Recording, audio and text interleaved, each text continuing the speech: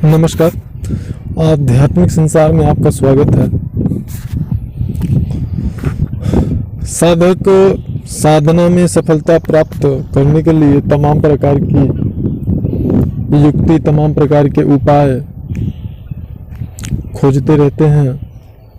किस प्रकार से साधना में शीघ्रता से सफलता प्राप्त किया जाए, और इसी क्रम में सोशल मीडिया पे तमाम गलतफहमियाँ, उटपटांग चीज़ें फैली होती हैं कि ऐसी साधना इनकी ये जल्दी सिद्ध होती हैं, ये देवी जल्दी सिद्ध होती हैं, एक रात में सिद्ध कर लो, 7 दिन में सिद्ध कर लो।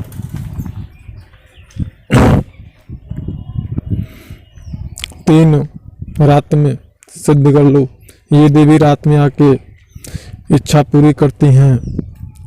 ये मंत्र को किसी भी काम को शुरू करने पर 3 बार बोल दो तो आपको सफलता प्राप्त होगी। मतलब एकदम आध्यात्म को एलोपैथिक का टैबलेट जैसे होता है, दर्द का दवा, कि बस टैबलेट खाया और 10 मिनट में आराम हो गया, ऐसा बना दिए हैं यूट्यूबर्स। और जिसको देख करके तमाम साधक भ्रमित और गुमराह रहते हैं कि कौन सी साधना हम करें तो हमें जल्दी सफलता प्राप्त होगी। वो ये नहीं समझते हैं कि साधना का मतलब होता क्या है, हम किसी भी शक्ति से कैसे कनेक्ट होते हैं, कैसे जुड़ते हैं, हमारा जुड़ाव किसी भी शक्ति से कैसे होती है। और दूसरी बात, सूक्ष्म शक्तियाँ या सूक्ष्म जगत होता क्या है, यह हमारा स्थूल शरीर या सूक्ष्म शरीर या कारण शरीर क्या होता है, इसको जाने और समझे बिना हम किसी भी साधना में सफलता प्राप्त नहीं कर सकते। किसी भी अगर कोई व्यक्ति है और उसको उर्दू भाषा बोलना या लिखना या समझना आता है, तो उस व्यक्ति से हम तब तक बात नहीं कर सकते हैं, तब तक हमारा या उसका व्यवहार नहीं हो सकता है, तब तक हमारा उसका जुड़ाव नहीं हो सकता। एक सतही स्तर पे जब तक कि या तो दोनों लोगों को, मतलब जब तक कि आपको उर्दू बोलने, लिखने और समझने न आए, और अगर आपको इंग्लिश आती है तो दोनों लोगों को अगर इंग्लिश आती है, तो मतलब दोनों लोगों का जो एक स्तर है, एक ज्ञान का, जानकारी का जो स्तर है, जब तक कि समान नहीं होगा तब तक एक दूसरे से जुड़ाव नहीं हो सकता है।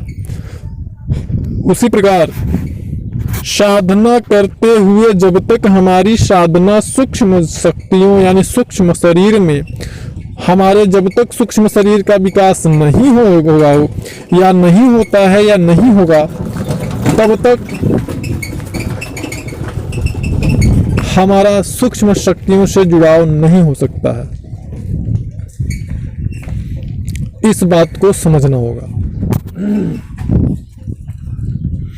तो हमारे सूक्ष्म शरीर का विकास प्रत्येक साधकों में अलग अलग समय पर अलग अलग गति से होता है।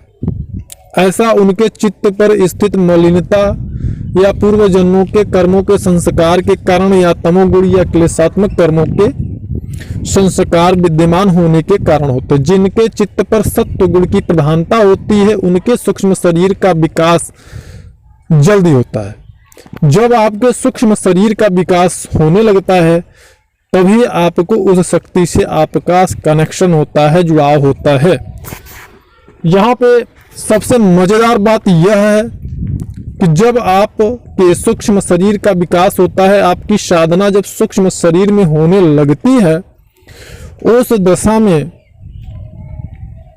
सर्वप्रथम आपको अपने सूक्ष्म शरीर का, अपने आत्म स्वरूप का दर्शन होता है।